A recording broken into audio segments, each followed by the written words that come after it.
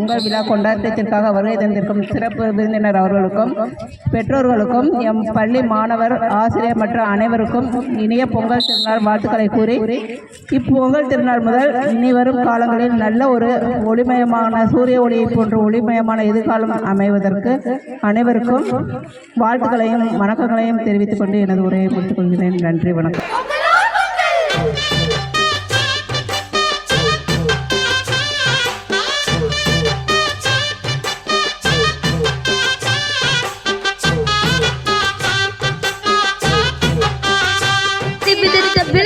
பயிர்களின் விளைச்சலை அறுவடை செய்யும் நாளே பொங்கல் திருநாள். இந்த திருவிழா அன்று அனைவருடைய வீட்டிலும் அறுவடை செய்த புதிய அரிசி, நெய், பால் கால்நடைகளுக்கும் இயற்கைக்கும் நன்றி கொடுத்தாலே பொங்கல் திருநாள். இந்த பொங்கல் திருநாள் 4 நாட்கள் சிறப்பாக கொண்டாடப்படுகின்றன. முதல் நாள் போகி பொங்கல், 2ஆம் நாள் முதலில் போகி